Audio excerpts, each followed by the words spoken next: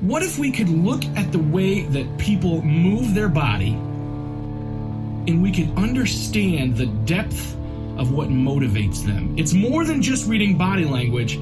It's a science, and it's a breaking science.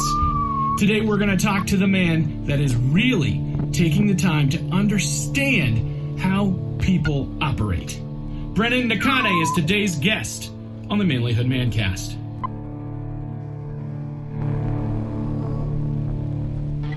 In a culture that scoffs at honor, you can rise up to lead and to shine. It's time to be the best man that you can be. This is the Manlihood Mancast. Here's your host, Josh Hatcher.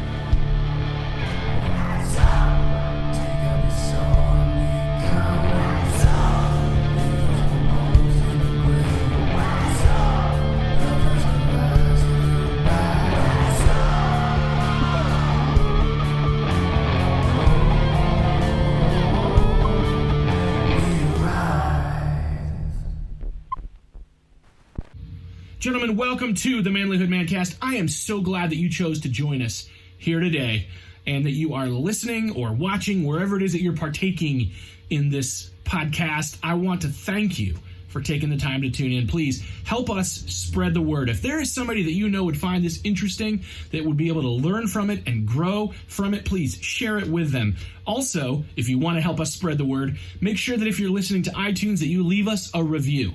Leave us a rating and a review because that helps tell iTunes that what we're doing is valuable. If you're watching on YouTube, same thing. Like, comment, subscribe, share.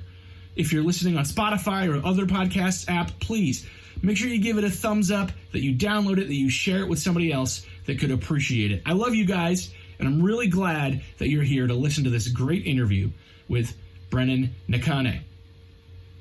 Brennen has really started to make a scientific breakthrough. It's still in its infancy, and as you listen to him describe it, I want you to pay close attention because I think that it really gives us some insight into the way that people's minds work and what they're thinking behind what they're saying. We can see their motivations based on something similar to body language, but it's different than that. It's deeper than that. Brennen explains it to us.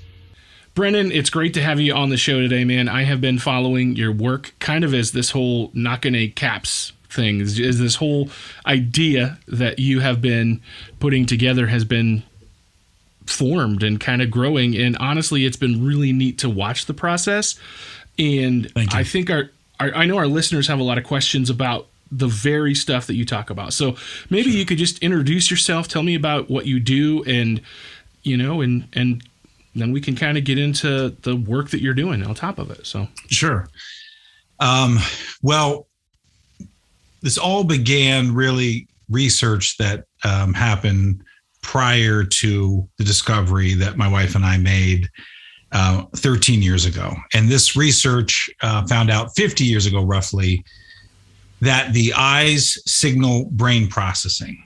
So what this means is that if someone looks down and to the right, it'll actually signal that they're feeling. Or someone looks down to the left, it signals that they're thinking. And this is something that might have been captured by artwork like Rodin's The Thinker, where he's literally looking down that way. But in general, it was more of an adage. And researchers found out, definitively speaking, no, this happens 100% of the time. Well, 13 years ago, I had known about that for close to 3 decades, but it wasn't until 13 years ago that we discovered that, in fact, the eyes will move in pairs, and those pairs signal one of 7 overarching motivations. So as crazy as this sounds, you can actually tell what somebody is motivated by, or at least the way that they're motivated by something from moment to moment based off of these different tells. And once we realized this, it really blew us away. We're in the process of looking to become rich and famous. And we were speaking with a billionaire about doing medical patents and whatnot. And then God taps us on the shoulder, and he has other plans for it. And those plans are probably the types of things that we're going to be talking about, which is beyond trying to make $1 billion, think about helping to save 1 billion souls. And so that really caused us to take a deep dive into theology, into this research. And we're really, really excited to share it with the world, and in particular because the world has taken a big hit in its faith. And for many people, they believe that science is the end all be all, and they believe that believing in God is irrational or it's just wishful thinking. And in fact, this is where we believe this is God's response to Darwin. That in fact, it's like the slingshot, that little tiny rock, that little tiny youngest kid that takes down Goliath. And we truly believe that if believers unite around this, that the scientists will not have an answer for it, because lo and behold, we ended up realizing after years of research that our initial equations were on page 1 of Genesis, which absolutely blew us away. And from that point on, we realized, you know what, whether or not we die rich or poor, there's something greater in play here, and we better do what God wants us to do with it. You were looking into research, and I think I'm familiar with a little bit of that research. I mean, Sure. I've read about like FBI profilers and others who will, CIA analysts, and they'll look at people and study their body language. And, if somebody's lying, they'll usually look, a certain direction before they tell the lie. And so you're looking at the studies that are out there, you're doing the research, and you're finding more things in other places to confirm that is what you're telling me. Well, that, and actually even extending beyond it and maybe debunking a lot of what's out there right now. Like one of the things we're going to do is like Dr. Phil just had a body language expert for the Gabby Petito case. And we actually are going to debunk some of the things, some of the findings that he was saying. We actually show the footage between the 4 experts, some of the 4 greatest experts on body language, and show just how much they don't know. So from this standpoint, if it is to give God glory, it's kind of got to be like Usain Bolt versus high school sprinters or something. It's got to be a greater distance than just simply us labeling our faith on top of a study. So to that point, for instance, a lot of body language makes a lot of assumptions, and a lot of those assumptions actually go back to an evolutionary adaptation, a necessity for it. And that's where the problematic part comes into play, because number one, we don't necessarily know if this is true or not. So that just becomes modern myth making, even if it's labeled as science. But the second thing is the fact that if you have a design by God that he just so happened to continue to put throughout Scripture to prove that, in fact, he made this pattern and he stayed consistent with it, then design is a big problem for people that want to go 100% Darwin on things, because in fact, God is the author of the earth, and he made things, and he sustains us. And so therefore, when you begin to start looking at even the concept of the body soul composite, you begin to start realizing, wow, this has been understood by believers for a long time. They just didn't fully understand the implications of it. Yeah. I think a lot of times, I know people have told me, when you look at the things that the body language people will tell you, they'll say, oh, listen, if somebody's crossing their arms while you're talking to them, it means that they're closed to what you're saying. And I'm like, no, actually, I cross my arms all the time because it's comfortable. Oh, absolutely. Yeah, absolutely. I mean, that's how Mormons pray. They literally cross their arms. That's how, if you're cold, if you're any different things like that. And that's where we replace that with what we would say is like poker reads, where in the situation you may see the cards, but you don't know everything. So it's up to you as the person who understands as way more the factors than any body language expert would know. We give the science upon what we know is definitive, and you have to make the reads as far as for what it means. And we can go through, like, later on the show, what we'd actually call somebody putting their hands in or out. And you'll see it makes way more sense than just making an assumption. Like if somebody does a steeple, they're open. If somebody does this, they're confident. If somebody does this, they're closed off. It's assumption after assumption after assumption. And body language experts will oftentimes say that they're not making assumptions. Then you watch the video of them breaking down something and they're constantly doing it, especially when they know at the end, if somebody's guilty or if somebody's presumed guilty, they'll read into a guilty or innocent verdict. Well, I think a lot about mentalists. I love watching mentalists. Oh, absolutely, yeah. And they've gotten pretty good at, cold reading and the whole concept of being able to kind of tell people. And I love it when you're watching one and it doesn't work. Right. Sure. Right. Oh, yeah. It's just kind of, it's like, the curveball, like, whoo, yep. If they're really good, they can cover it and make that part of the act. But right. Yeah. So you and your wife kind of discovered this, and now you're working on finding ways to use this, I guess you could say for God's kingdom and True. Really just to benefit people, to help people understand the truth. Yeah. I'm really fascinated by the concept because I know that a lot of the listeners and the readers in our Facebook group, I put out a poll out and I'm like, hey, they have a hard time knowing how to read people. Right. How do I know if I can trust this person, or how do I know? And they find themselves trusting the wrong person, or they find themselves, not trusting somebody they should trust because they don't have any framework other than word and reputation, which are pretty valuable, but not always, Oh, absolutely. You need more. Yeah, absolutely. So what does that look like? Maybe you could talk about some of the things that you've learned and how it applies. Sure. Well, the first thing I think the important part is coming from a believer's perspective is you have to understand what people are actually like. And from moment to moment, they're making a choice to either accept God's grace, God's direction, right, the Holy Spirit, or to reject it. And if people aren't believers, let's just say you might put it in different terms, but just doing the right thing or knowing what's right versus not. Now, from that standpoint, to say, how do I know whether or not I can trust somebody already gives an assumption.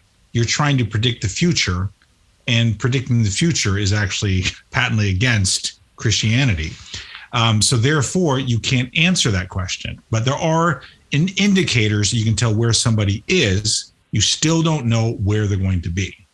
Right. And so that's the first part is to say what we wouldn't say. But that being said, where a lot of people make the mistake of reading people is they try to use one or two very simple indicators.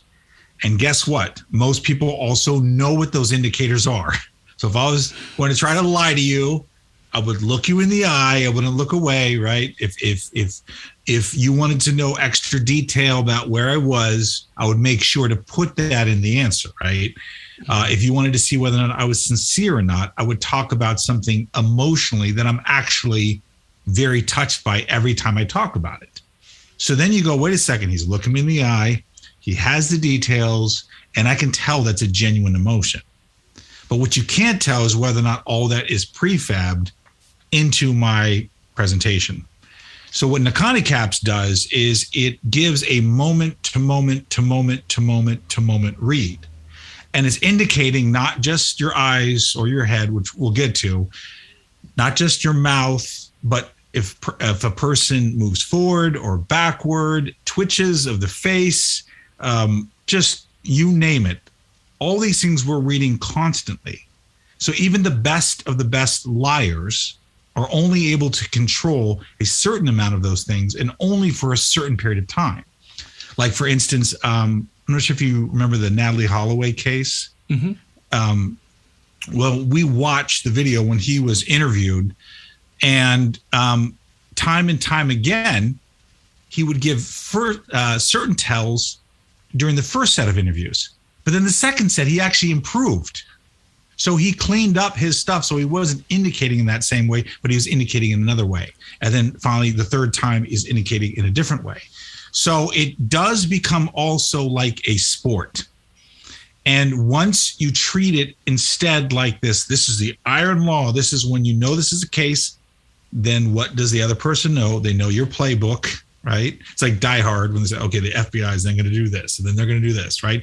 They're given the playbook. So instead, these reads are across time, and it's really more of a sport. And you have to be as unpredictable making the read as the person is expecting you. So hopefully that begins to show when you start learning these skills, you're way more equipped to do it because you're not looking for any one dot. You're looking for the dot to dot to dot to dot, and you're doing the tests, and you're keeping that person off guard as the same as you are. And you're also understanding that even if somebody was completely, or a man or woman is completely trustworthy in a certain place, temptation then comes into play in the future that we all can't account for, and we have to see then. And that's why the ultimate thing of trusting is whether or not somebody is grounded to the truth, right? And the truth of the capital T. And if that person is grounded to the truth in Christ, then what they're able to do is two people are able to conform that way in a partnership, whether it be business, whether it be relationship. Whereas when somebody's not conformed to the truth, then they're like the winds. They can be taken, to and fro. Yeah, and to have that standard makes all the difference in the world, I think, Yeah. in those relationships. If you're both working towards that versus Right. Oh yeah, exactly. Being unequally yoked, even so to speak, going two different directions. So, Yeah. So, tell me a little bit more then about what some of those tells look like. Sure. Well, one of the first things is if you can imagine that somebody might make a read to say if someone's eyes and head are going down, that they're a shy person, right? If this person's shy, and someone's head's going up, that person's a confident person, maybe even an arrogant person. So let's go back to the science of Nakane caps and take away the subjective opinions on it. So we don't want to say shy or any things. We want to say arrogant or stuck up. We simply want to say that when somebody mixes together the feeling plus thinking, and we mix those two together, it makes for the motivation of approval. It's approval or disapproval. So for instance, if someone says, hey, how was the show yesterday? I was like, it was good. So the first thing I can tell, they're not probably telling me the truth. Or number two, they are telling me the truth, but they resent the fact that I'm saying it. But either way, I know the person just signaled a disapproval. Okay. Now, if somebody says, hey, how was the show yesterday? Oh, it was great. Right. So then that's a positive approval. So I have the poker read of knowing that feeling plus thinking are in play. Mm-hmm. That's the main part that I should know. And then I have to be able to figure these things out. Now, if I'm then processing that a person continually does this, so continually everything that they process, we use Matt Damon as the poster boy for this. Anytime you see Matt Damon compared to anyone else, his co-star that he's interviewing with, his head is going to be lower because he's processing feeling, thinking over and over again. And this is going to flavor or make a bias to how he sees things. So in that case, I can baseline a person based off of what makes sense for an approval, what we call an approval primary person, as opposed to a double visual. Head's going to go up. It's going to be a lot more impatient, a lot more direct. Visuals, the fastest is like, I want this, I want that. So if I know somebody, I'm saying, hey, so how are things going right now? And the person's like this. Okay, I know they want something. I know they're impatient. I need to find out what that one is, and I better figure out how to meet it if I want to, let's just say, make a business deal. Otherwise, I'm in trouble. Or maybe I'm not going to meet it, but I still want to know what that is, right? Hey, how's everything going? Okay, the person's feeling.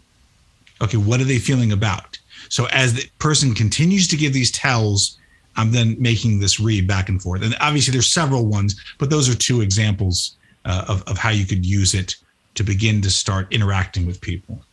So head down is approval, head up is confidence. Well, it'd be called wealth. Okay. And it just means that you're processing with double visual. So when you're processing with double visual, that means you're most focused on what you want at that moment. It's way more bottom line. And so what oftentimes happen is people will be judgmental against people that are like this because they think they're stuck up. And there's certain cultures actually where the majority of people do this more so. And people say, I don't like that culture. So literally, unfortunately, racism can come into play. But at the same time, then when someone does a presentation, they don't want to be like that. So guess what they don't do? They don't put their head up and they go, hey guys, I'm really happy to give this presentation in front of my class. And I'm like, please, can you please give us, see, now going back to wealth, can you please give me a little more wealth, right? Remove some of your bias. So what happens is if we are truly can be instruments of God's peace, then we can actually consciously make a decision to either go like in one, this is wealth, or down, this is approval. And then head level would be respect. And that's in terms of communication. That's in terms of rules. That's in terms of structure and status. So those are 3 of the 6 embodied motivants. But, just to give an example of it. But I can literally begin to start thinking of this to say, if I was giving a speech and I said, hey guys, this means a lot to me and it's just so great. This is just the best part of my life. You wouldn't really believe it as much. But if I said, hey guys, before I start, I just want to tell you something.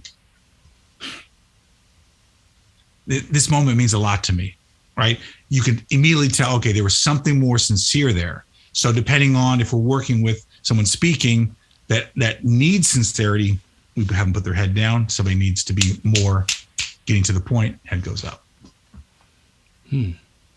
I can see, as I'm thinking about my Sure. interactions just today, I can think about 20 interactions where those things make sense.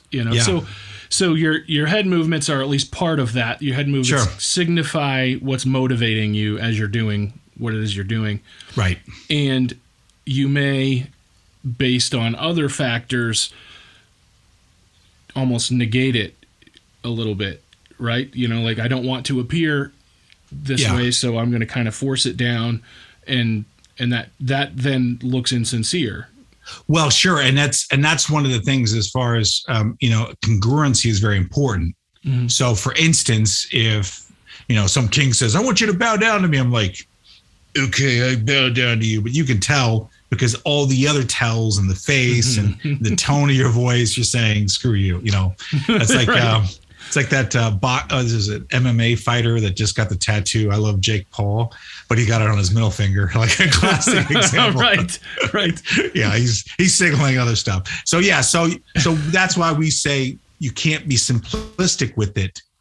Just like if you're playing a sport, right? If somebody appears to be going right, they may be setting you up to go left. But regardless, there is a symbiotic relationship. We're not, as Descartes said, souls that are trapped in the body, right? There's an actual body soul composite that were mixed together in the image of God.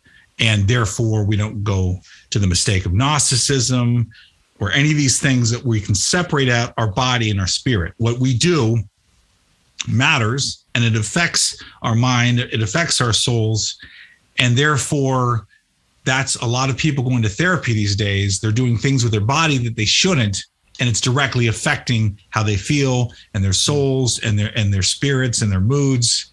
But they've been told from Rene Descartes on that these are completely separate. And then eventually we get to the materialistic place that says we don't even have souls.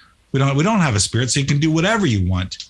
But time and time again, if you look at the scientific evidence of what really screws people up, what we do with our bodies matter. And now it's time that we do something for the glory of God, but we actually take ownership of it. So we don't have to take a yoga class that will then lead us down other bad paths in one way or the other, that we use it, for the glory of God. Yeah. When you just mentioned the word therapy in there, and that got me thinking, because this kind of relates to it. I know someone who, I think it's their therapist uses a method, and I might have the acronym wrong because I hate acronyms. I think it's EMDR. It might be switched around there, but they basically, as they are recalling events from their past or thinking through issues, they have like a clicker in each hand, and they just are kind of clicking them back and forth to engage both sides of your brain, which again makes me think about the feeling and the thinking. Sure. Because different sides of our brain are working for different purposes. You have an emotional and a logical center. And so that makes sense that you would, to me, at least that's just a click for me that I'm realizing, okay. Oh yeah, absolutely. And those things, again, those techniques can work to a certain extent, just like rapid eye. There's another one that, but what we would say is once they understand this, it'll take those types of therapies to a whole nother level. Yeah. And because those are almost like accidents upon which the substance that you can address directly, just like positive affirmations are kind of like an accidental way that you could begin to start changing your life. Whereas the substance, is really the belief, the underlying belief. And sometimes somebody, like you said before, they may say something to force it, but they don't really believe it. And they're hoping that eventually it'll pick up. Well, it's better to treat it at the root.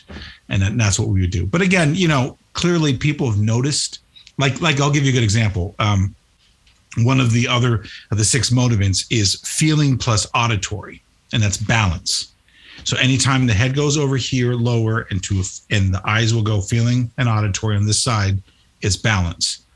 So balance is made between feeling and auditory. So what is it not made of? The other 2 sensory blocks. I probably should say the 4 sensory blocks. So it's visual are the upper corners. This is auditory, and this is feeling and thinking. And the quick mnemonic we teach people is we say you look up at a plane.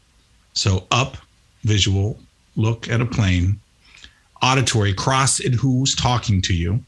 And then the final one is feeling and thinking. And we say, just pretend that you were wearing a shirt that says feet. And then it'd be FEET, where this is feeling and this is thinking. And you can also picture another person that's also wearing a shirt.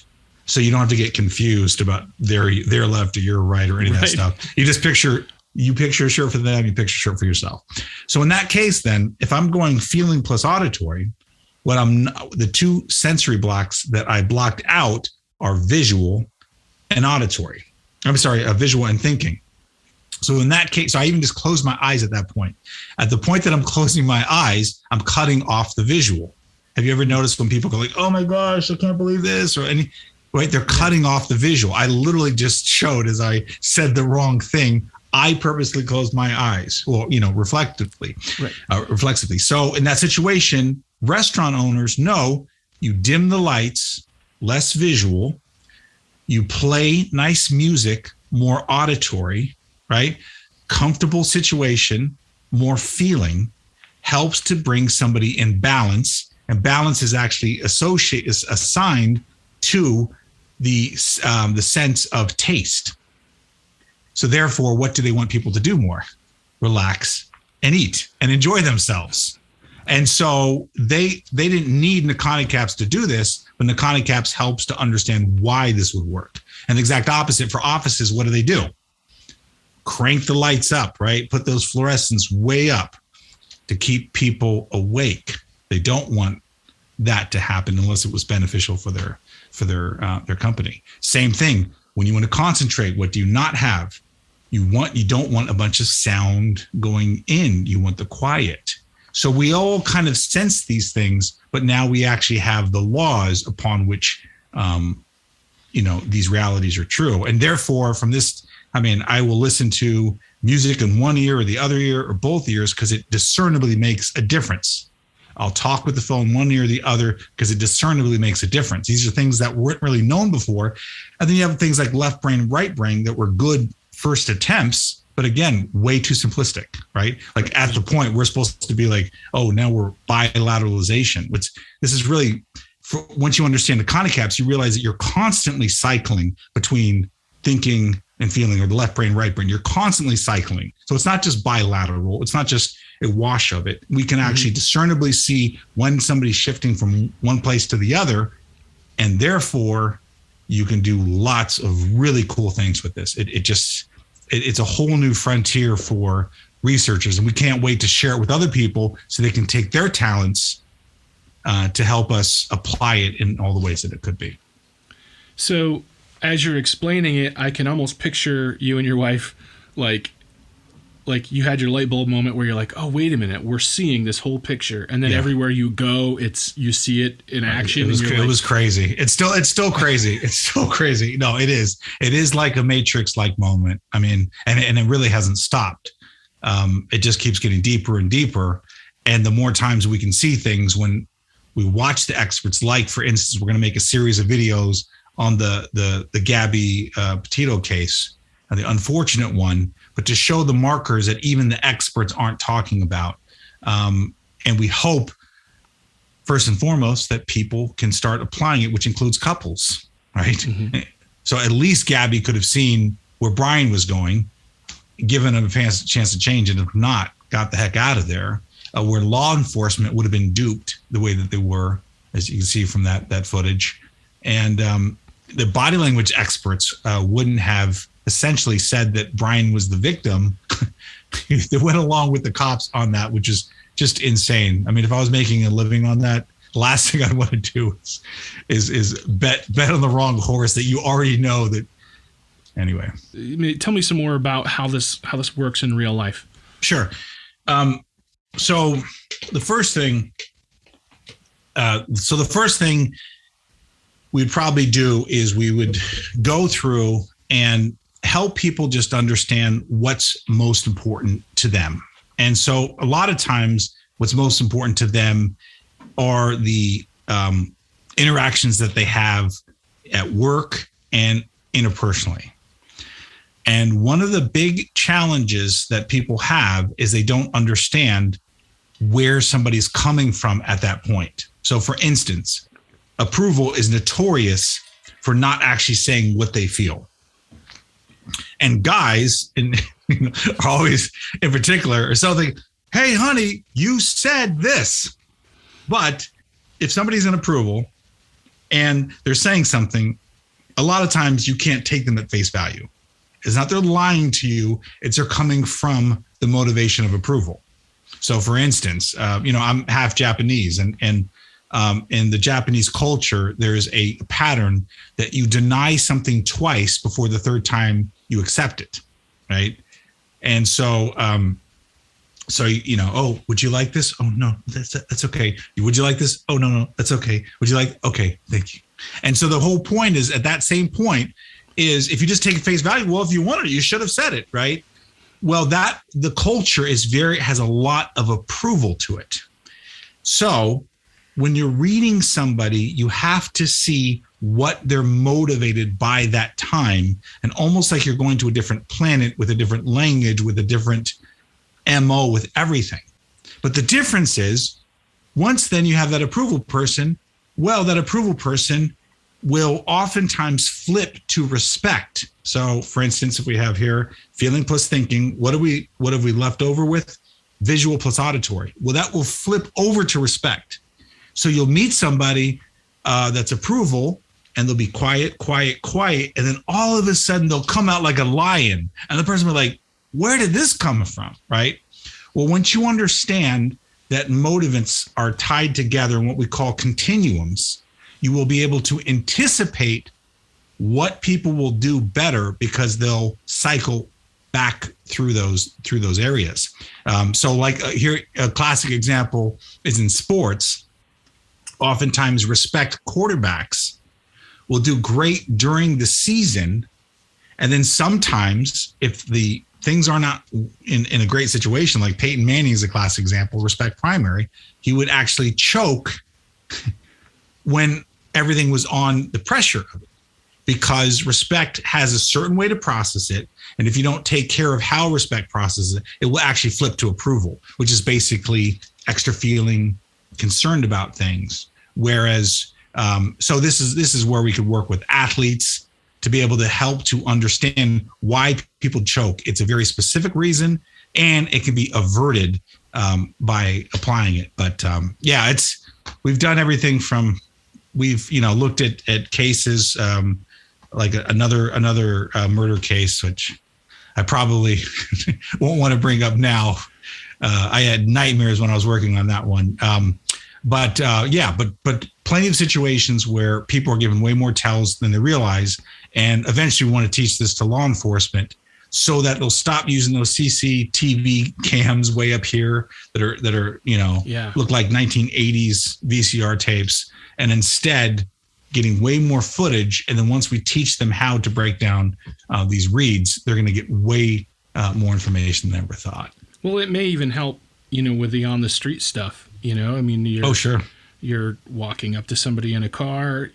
Is this person gonna attack me, or is this person, right? They might not be able to know for sure, but at least if they understand motivation, then they can steer the conversation that way. Because I think a lot of times, absolutely, you might end up agitating or irritating the situation if you're not paying attention to the other person. Absolutely. And that's one of the other things I think. Like, for instance, they oftentimes say, though, there's like studies where they had whether or not an animal would be prey or not, is they would actually put two heads on each side. So no matter where they walked, their head was facing forward and their natural predators would not attack them. Well, it's a similar thing where if you know what somebody's going to be looking for, you can have just enough to be confident, but not too much to be aggressive. And in order to put out the same vibe, and then also read their, tells to see what's going on with them. And so it's and that's the fun part about it. It's like a sport. You're using it every single moment, but you don't think about it the same way. If you're driving, you're using all these things, but you're kind of using them unconsciously. By the time you learn this, you're not even thinking about it. You're just kind of soaking up the information and in real time, just unconsciously responding. This actually reminds me, I have a friend who's a mathematician, and she's a believer as well, and she kind of describes math as something that God invented and wrote into the universe, which makes sense. But she says that math was discovered, not created or invented or written. Right. It was discovered. Yeah. And this almost reminds me of that. Like this isn't, and you describe it as a discovery. I think when we were talking, this isn't that it's something that you guys are like really smart and figured out. Right. It's just, wait, this is what's here. Right. And this makes sense. And then we're going to test it, which honestly is science, right? Right. Like, sure. I'm making an observation. Let's see what happens if we test it. And it keeps proving the hypothesis for you. Right. Right. Yeah. And that's the crazy thing, is because the usual standard in science are correlations that have statistical significance. Ours, we say, is 100% of the time. Meaning, once you know the reads, we can take any situation 100% of the time. Even if somebody's trying to fool it. That's the crazy thing, is even if someone's trying to fool it, there's enough data that over time, over a very short period of time, we'll be able to track that. It's kind of like, when people try to balance on those logs. You can do it for a certain amount. I don't care how good you are. You can't do it 24/7. Even the world expert on it will eventually fall in the water. And that's the same thing with this system. And our tagline, actually, one of our taglines is discovered by man, designed by God.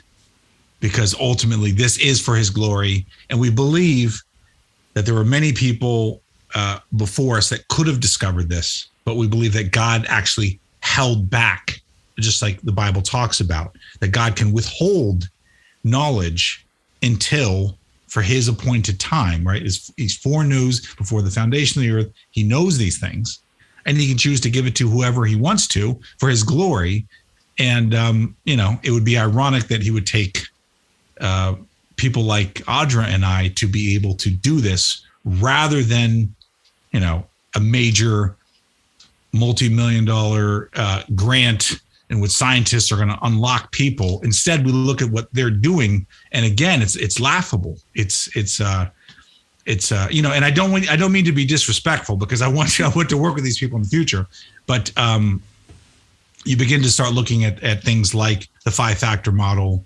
You start looking at MBTI, look at a lot of what, Jordan B. Peterson came up with, an offshoot of the 5-factor.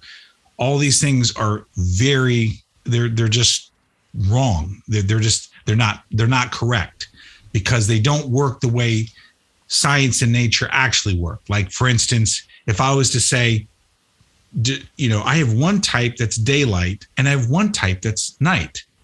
You say, well, nothing's purely daylight and nothing's purely night. Or if I say, oh, here's one location, Los Angeles, here's another location, New York City.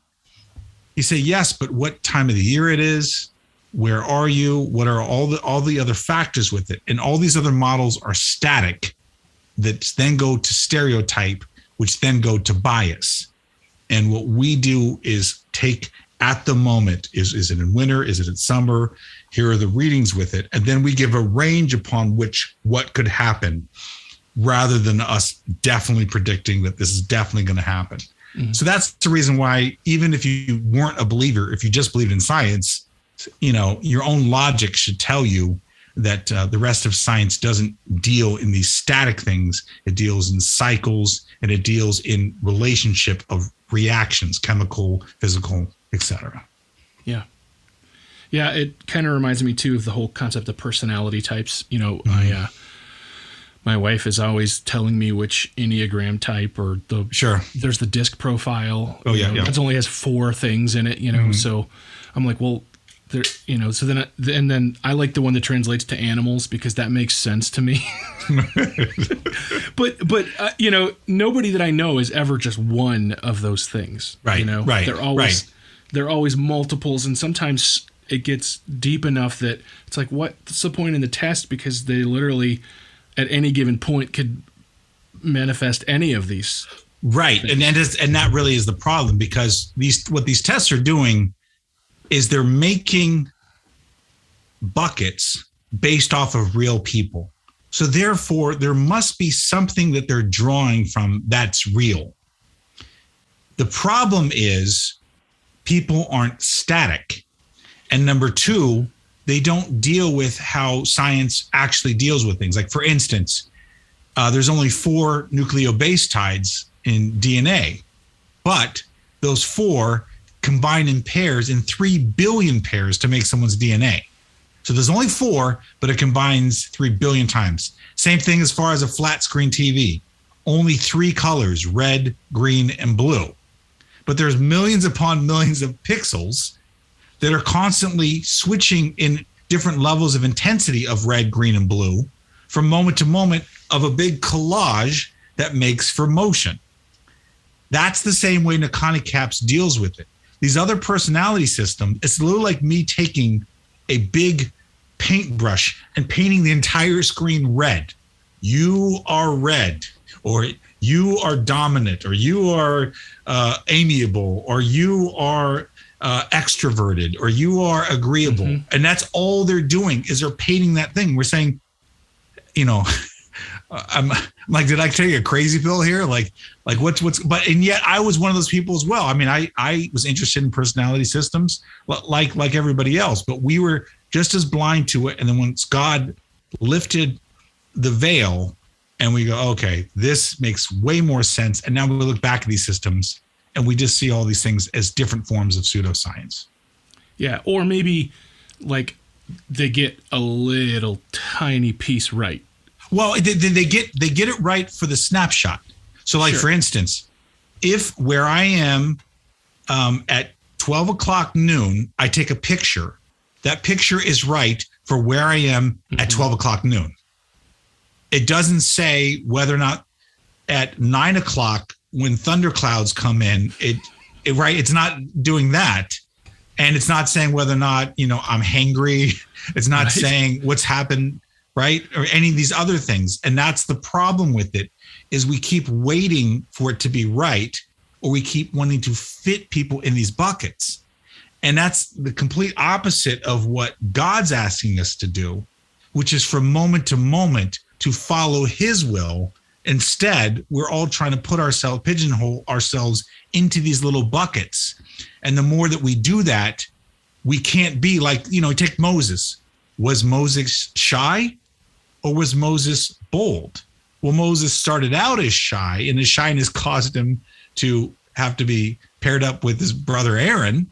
But by the end of it, he gets banished from the promised land because he's too bold. So which one is he? And you can't just say that he's, again, that's the problem, is that we are complex people that from moment to moment, we either choose God's will or we deny it and we blaspheme him. That's, if we're trying to deal with a true personality system, everything else is a fabrication. It's a picture that's static, and God doesn't work with static. He works with things that are alive and dynamic. I think that is a very great explanation. So I don't know how far your system is in the works. Like, have you guys written a book? Where does this go from here? Well, so up to this point, it was very important for us to try to reach out to as many people to essentially give God as much glory as possible. And the challenge is people time and time again said, become rich and famous first, then we'll listen to you. Right. And we're like, no, this is for God's glory. We have to prove that we will do anything, that we'll give this for free. We'll take this away. We'll wipe everything away. We'll wipe our names from it just as long as God's glory will be done. But we're now at the point where we realize is very similar when St. Francis Xavier was trying to bring Christianity to Japan. And the challenge was he was trying to be meek and humble, and the Japanese people did not take to humble. And so what he then realized is that he actually had to come with a bunch of gold gifts and be carried on this big platform. And then they finally would listen to him. And so, unfortunately, I think our society has gone so far, even with believers, unfortunately, has gone so far secular. And even Jesus had that problem. We said, like when what's another miracle? It's like, how many times, right? Like, how long do I have to keep doing this before? And then other people might believe it. And then he goes back to him and says, okay, you like my words, but you're not acting on them. And so those are the two big challenges. Number one, people need miracles, or people need shows of power. And number two, they need to actually apply it, not be like, oh, that's great, God's glory, and now not actually apply it to become any holier. So our focus now is to say, okay, the book of Romans, where it says sometimes you have to go out to the Gentiles in order to make the believers jealous. We're going to open it up to everybody and anybody to apply it to their life, but we will always be unabashedly open about where we believe it came from and whose glory it's meant for. And then that's why we're going to start branching out more to, we'd say, an alternative to self-help, because self-help as it is right now is just infested with New Age thought. And so people in the situation, they have the struggle because they know that they need motivation. They know they need a coach or some help, but they also know that as the deeper they get toward it, it's going to slowly, subtly move them away, which included myself. I mean, I went away from my faith for a long time for the sake of improving myself and becoming, successful. And so we hope to do that and then apply it to different disciplines. So, for instance, if someone wants to be a better speaker, or if someone wants to be a better parent, or somebody wants to have better team building or negotiation or sales techniques or anything else like that, we can take CAPS plus any of these other areas to help them grow. But it's always going to have that TM stamp, back to God for his glory. And guess what? If you don't like it, our 7 equations of the 7 motivants are on page 1 of Genesis. That's something that you guys will not be able to deny. It's not a comic book. It's not a myth. And it's for his glory.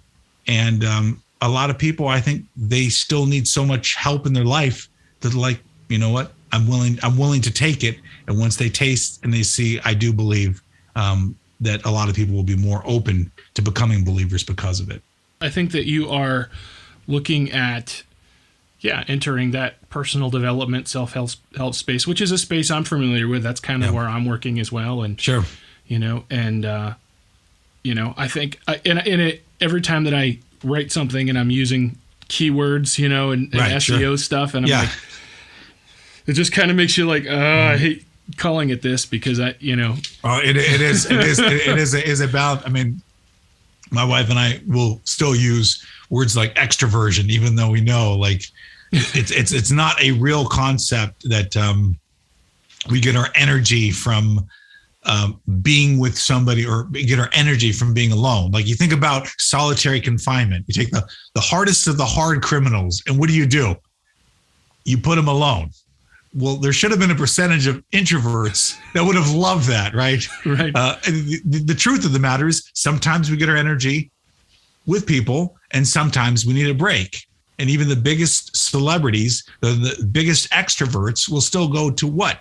Secluded islands to get away from everybody, because really our body is like a cycle, and we have to figure out the balance between private and public, between introverted, extroverted, between agreeable and assertive, between any of these things. And it's like what the writings of Solomon, right? There's always a season, right? There's a time for each of these things. I have always considered myself an extroverted person. I'm a performer and a podcaster and a writer and all these things. Sure. And, and generally that's what I like. I like to be around people. I like to be in front of people. And then after my dad died, the past couple of years, I've actually like my threshold for people is a little bit lower, right? And I'm like, no, I would rather, no, I don't really want to go to that party. I just want to. Right. Because there's a season to it, and that's not the best indicator for personality or who you are. Exactly. I think that's probably the biggest takeaway is understanding that we're all different at different times. Yes. And that we're in cycles and that we move around. Right. And I think that as we're learning to understand other people, like you said, if there's context clues, so that you can understand the language that they're speaking without just their mouth and their, Right. Oh, and there's one thing I'd be remiss without saying, because these 7 motivants are actually littered throughout the Bible. So for instance, you take the Beatitudes. The first 7 of the 8 Beatitudes are these 7 motivants. And you go through the 10 Commandments, you go through the 7 churches of Revelation. So the coolest thing about it is, for those that are open, we actually have a part where we go through the mappings of it, so that it's Jesus himself that's teaching you Nakane caps, not us. And what he's doing, because we really believe that the parables were actually encoded in such a way that Jesus was actually using something that once you understand this, he'll teach you, here's the good part of, let's just say, respect, right? And which is chastity. Here's the bad part of respect, which is self-righteousness or pride. So you think of that, see that with the Pharisees, right? They'd be good at not doing certain things, but they took too much pride in it. Here's the virtue of humility, right? Approval, which is humility. What's the bad part of approval, humility? It's lust. In what sense do we realize that approval is tied to? Because all these motivants are actually tied to one of the senses of the body. There's 6 embodied in 1/7, just like there's 6 days of creation in 1/7. So you say, well, we have 5 senses. Where do you get the 6? Because you have sound going out, which is respect, and sound going in, which is thought, which is revolution. So now you have 6 embodied motivants. So each one of those things are tied to it. So if this seems too nebulous to people, you could just say, okay, great. If someone has sight, that's tied to their want, that's wealth. Somebody is eating, that's tied to balance, taste, the mixture between different things. Someone's talking, that's respect, communication. And you begin to see then Jesus keeps talking in these ways. When is it good to go to balance? When he multiplies the loaves. When is it bad to go to balance? When you become slothful, right? When you become lazy, when you don't want to do, when I don't want to go to the wedding, right? I don't want to, I've got something else I've got to do. And so that's, to us, that's the most fun part about it because we get out of the way and let God teach his own system that we just help to translate. I am excited to see where this is going to go, and I'm looking forward to. Thank you. Looking forward to continuing to follow it and see it come together. Yeah, thank you. So as we've got a lot of guys that are listening, and I wonder, as a father, I know you've got a bunch of kids running around. Yep. Does this apply? Have you seen this apply in fatherhood in leading your home? Oh, absolutely, completely. And one of the simplest things is guys in general have an overlay of 3 of the motivants. We have wealth, we have victory, and we have revolution, right? Wealth, go do things, control things. Victory, conquer, right? Compete, build. And revolution, abstractly think about things, right? Go to the cigar room and talk philosophy and politics. And the challenge is sometimes we have a hard time shutting that off. So then our kids come around and they need what? Approval, touch, hugs. They need us to be balanced, joking around. And so one of the biggest things that in using your soul to then say, using my will and my intellect, I have to say, pull in that part and be able to switch at a drop of a dime.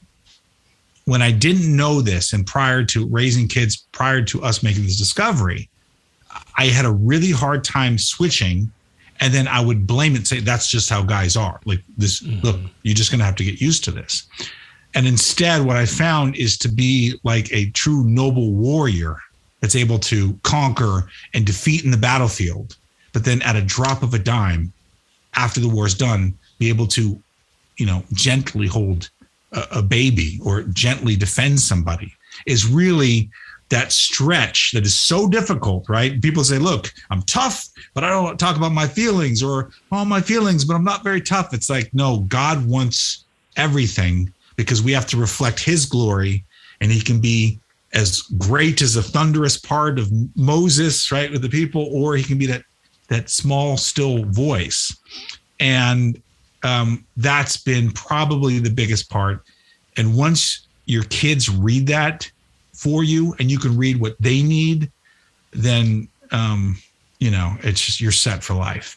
I definitely can agree. I know, especially earlier on, we have 4 kids, 3 of them are grown, 1 left at home, almost grown. And I'm like, man, if I look back, I'm like, we always have regrets. Sure. Like, man, I wish I could have done that a little better. Yeah. But I do think, I think we did a pretty good job. But I frequently look back and I'm like, man, I just wish I would have, listened more, or not jumped to conclusions, or not tried to demand, that they, So I can see, they needed approval. They needed to. Yeah. So, you try to make up for it now, and. Yeah. Well, and that's the great thing is that's the second half of it, is love covers a multitude of sins. Yeah. And so even with our older kids, who again, midstream is when we discovered Nakane caps. And prior to that, we were kind of going off the hipster model of, let kids be creative and don't break their spirits. And then we quickly realized where that gets you. And then we kind of created, some challenges there. And then we had to come heavy handed with the discipline there. And now it's kind of coming full circle, where I think a lot of times if you generally do the middle of the Our Father, right? Forgive us our sins as we wish to be forgiven, right? In this place, I'm constantly renewing the relationship with each of our kids, and it's like a plant. It's no matter how good it was, even if you did everything perfect, or we did everything perfect, which we didn't, still, if you stop feeding that plant, it will die. And that's what it all constantly humbles me. No matter how good I have done, or no matter how poorly I've done, I always get a second chance. And I also am required to, really, but by love. Yeah, we used to tell the kids when they were little, we're going to do the best we can and let therapy sort you out later. But even now that they're adults, I find, now they're all still fairly young adults. So, they don't need me as much as they needed me earlier. But I still find myself, in that situation where it's like, I still have a responsibility here. They still need, I can't necessarily discipline them, but I can affirm them and I can love them. And I can say, you're being an idiot when they need to hear that, Yeah. Yeah. Oh, absolutely. And that's, the interesting thing, if we just, brush quickly on the three continuums, one of the continuums is respect and approval, because it goes back and forth. That's the first one that you can affect change. So respect the rules and communication of affirmation, and then approval or disapproval, right? Oh, I like that, or I don't like that. The next one goes to wealth and victory, right? Money, you're rewarding somebody, or victory, you're basically like putting them in jail. Like you're finding them or putting them in jail. And the negative, or you're giving them money, right? Or giving them success. And the other standpoint, why this is important is because oftentimes people will jump too quickly to the heaviest handed one, which is the strongest discipline. And they don't realize how sometimes the subtleness of a subtle approval or disapproval will influence somebody as much as they can. And then the final one is the balance and revolution, which is the thought and the opinion. Sometimes you literally just have to give your opinion, say, hey, good luck, man. Like, I lived my life, you're living your life. I hope to God I see you in heaven. But, and you almost have to give the soft sell approach. So when you describe that, you kind of made me think of more of that. It's true when you're a parent, you're physically providing them material goods. That's all wealth. You're like the king. And you could physically give them physical punishment. Like I used to make my kids do push-ups, right? If they got in trouble. So you could physically do that. Once they get older, you don't have that ability as much. So therefore you have to rely more on the respect and approval place. Here's my advice. And the balance and revolution. Look, here's the way I think of it, but good luck with it, Seeing that matrix makes a lot of sense. Yeah. That's awesome. That's awesome. Like I said, I'm looking forward to learning more about all this, man. I'm going to be kind of following what you're doing and seeing as it starts to come into the system that is consumable. I guess that's kind of what you guys are working and building now. Right. So absolutely. I'm excited to see it. And, I think it'd be really, we'll be keeping our listeners informed with it too. I want them to see this as it goes. I think it's really cool. So I like to ask this question. There's a couple questions I ask all my guests. And the first one is this: Brennen, if 6 or 7-year-old Brennen walks in the room and you have the opportunity to speak into his life and tell him something that he needs to know, what is that going to be? That's a good question. If I was to boil it down to one thing, like let's just say, I see him for 1 minute and he goes one way and I go the other way, I would say that there is always two sides that both seem good, but one leads to life and one leads to death or sadness. And they both have promise to them. I think as I was growing up, a lot of times you say, oh, well, this is really good, and therefore I should go for this. But I didn't see the what it was taking me away from. It's that budget thing, right? It always seems great if you spend $100 on a brand new stereo, but then you don't realize you don't have any other money for groceries, you have money for, CDs or whatnot, MP3 downloads. I get it. I'm showing my age. But that's the big part. And especially for guys, with as much temptation that's out these days. And they feel like, okay, but I get power from this. But you say, but you're also being taken power from this. And, but this makes me weak because I'm missing this opportunity. but you say, but you're actually winning in the situation. And I really didn't do that mind game until years later that I understood more about what was going to give me life. And that's, like for instance, even with my wife, where I use it as I compete for her approval of me every single day. So I try to conquer her to re-love me. I try to conquer my kids to re-love me, as opposed to, I think a lot of people might think, I've already conquered my wife and kids. Now I need to conquer other things because I already have them. I didn't understand that young, and I made a lot of stupid decisions because of that. So I just try to help them understand, for whatever good you think there's something else tied to it. For everything that you think is too much to sacrifice, there's going to be, something great that comes from it. Thank you. Excellent answer. And that's something worth thinking about. I like that. Thank you. So the next question is this. All of the guys that are listening today, what is your best advice for them? I mean, the elephant in the room for all guys tends to be sins of the flesh. I mean, let's just call a spade a spade. But most people aren't going around killing people. Most people aren't going around stealing things from people. But the biggest challenge that's oftentimes, even with believers, allowed to exist are sins of the flesh. And, and I myself struggled with that for years, and not always acting on it necessarily, but, and the biggest piece of advice that I would give, and I would definitely give to myself if I was to go back, is what you symbolically associate to a person is really what you're feeling. It's not actually the person. It's not actually the form.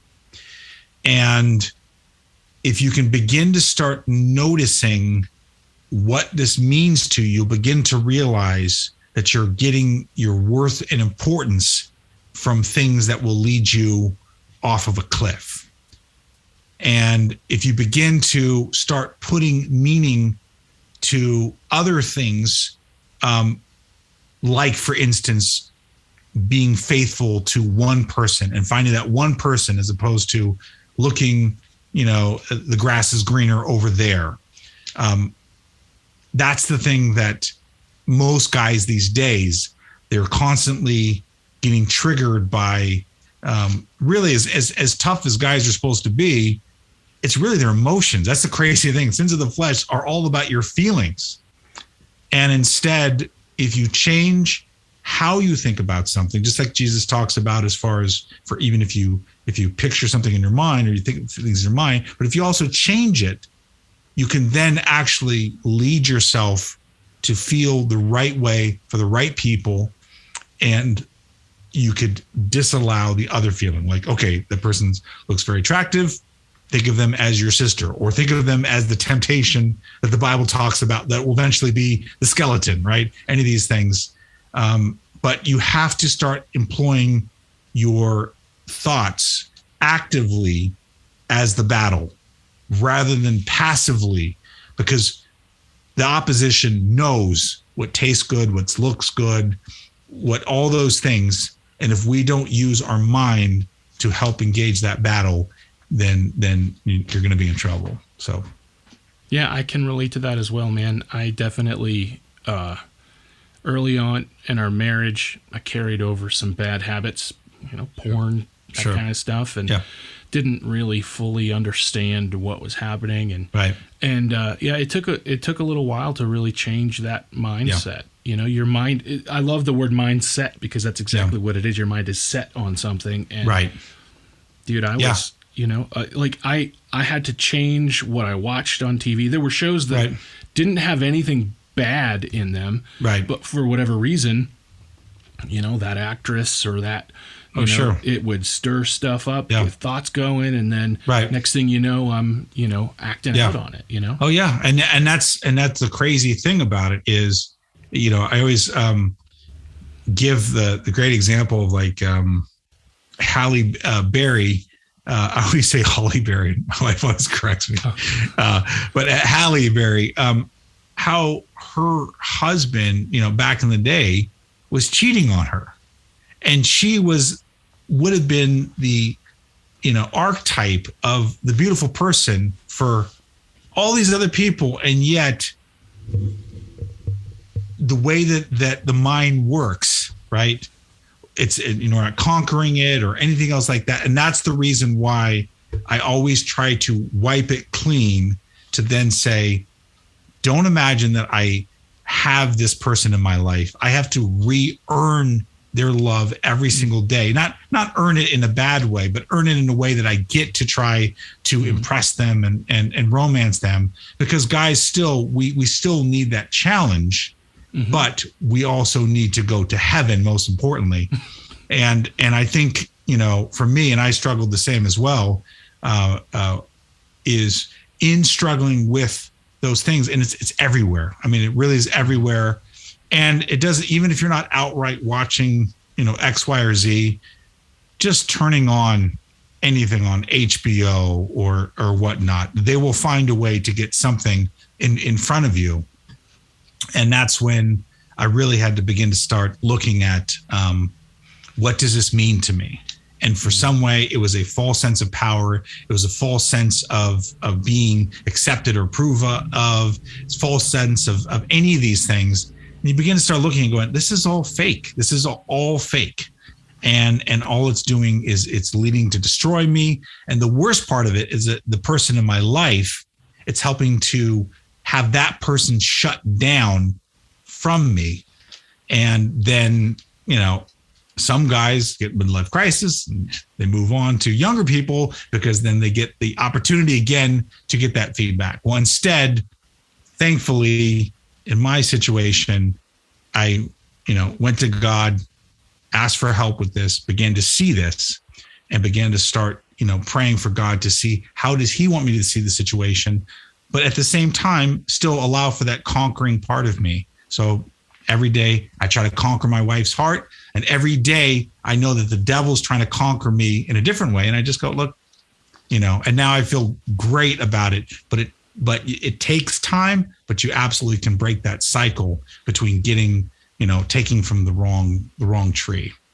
Yeah. Well, and I think it's true of really any particular temptation, it's just a matter of, whether your issue is drinking too much or, sure, or whatever. I think it's just a matter of really understanding who you are, who you were made to be, and does this line up with that? And then you have to make the changes to change your mind. You have to make external changes. And if you really care about it and really want to do it, you'll do it. Right. Yeah. And like you said, I think we also need sometimes some divine help. We have to say, God, I can't fix this. I need help with it. Oh, absolutely. Absolutely. And it's, and again, drinking is what? It's associated with what? Good times and reducing my nerves and we can all joke about this, but at a certain point, I get it. And, I like having a beer as much as anybody else, but when we start making it our God, then it really starts to lock us in a prison.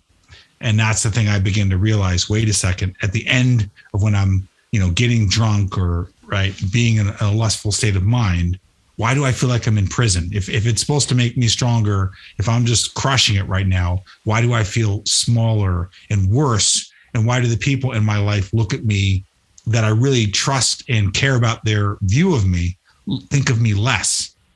And you begin to go, oh, wait a second, I keep getting fooled like Pinocchio. I need to change something. And, praise be God, I did. And now it's great. And now I'm hopefully, I like being raw and honest with guys, because a lot of times, we beat around the bush talking about what really the issue is. And hopefully, people can relate to this. Yeah. It's uncomfortable sometimes to bear that and to talk about it. And, and look, I mean, women have issues too, and they've got struggles too. But I think for whatever reason, we guys like to be tough, so we don't want to admit it. Right. Oh, absolutely. Absolutely. Yeah. But no, dude, I think that's some great advice. I think there's a lot to unpack there. So this is one of those moments, I think, where the guys watching the show, go ahead and hit rewind and listen to all that again. Listen to the answer to that question again, because I think there's some good stuff in there for us to unpack. But okay, so let's say the guys that are listening want to connect with you and the work that your wife and you are doing. Sure. What's the best way for them to get in touch with that right now? Sure.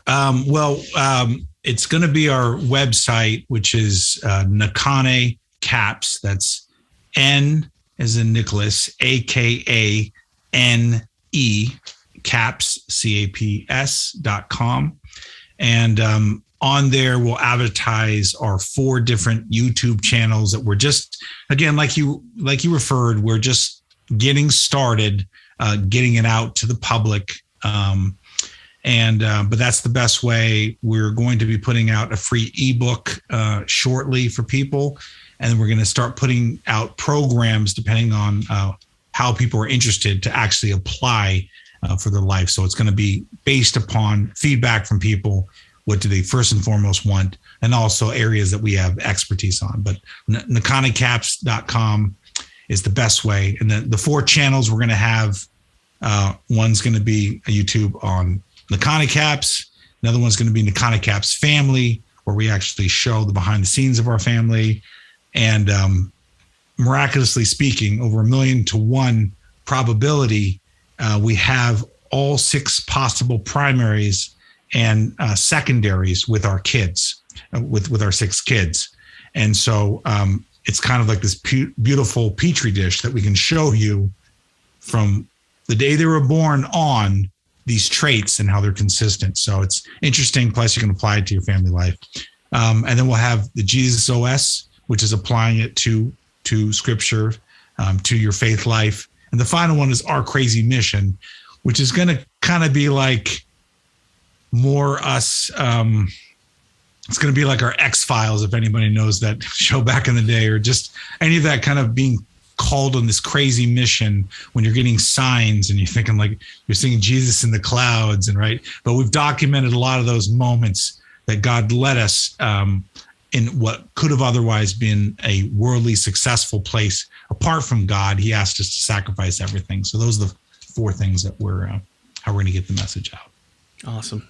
I have been watching that work, and I'm going to continue to watch it. And I'm sure that our guys that are listening today would appreciate kind of following along as well. So I do appreciate you sharing that with me, man. Thank you. Awesome. Thank you very much. Hey, I appreciate the opportunity. Great talking with you. I can't tell you how much I appreciated Brennen for taking the time to be with us, guys. Let's make sure that we support and follow the work that he's doing at Nakane Caps. If you are interested in this, please give him a shout out. Let's ask questions. He has been more than willing to answer and to point us in the right direction with him and the work he and his wife are doing. I definitely think by paying attention to our surroundings, paying attention to the people that we're communicating with, we can learn a lot. And I think this is really cool. Listen, if you are appreciative of what we're doing here at Manlihood, please, if you're a man and you want to go deeper, you want to appreciate it, you want to be a part of the movement that is Manlihood, go to the Manlihood Man Cave on Facebook. Join the group. Post what's going on in your life. Ask questions. Let's interact. Let's encourage. Let's build each other up, because that's what we do. Anyway, guys, thank you for tuning in. I love you. I care about you. And I'll see you next time. If you want to be a better man, check out our website, manlihood.com, for blogs, videos, and more from our Manlihood team. And you can also join our private Facebook group, Manlihood Man Cave, where you can meet up with a band of brothers who will challenge you and help you on your journey of manhood. This episode is produced by Hatcher Media for manlihood.com. Be sure to subscribe and leave us a review on iTunes, YouTube, or wherever you're listening to the show. Tune in again for more of the Manlihood Mancast.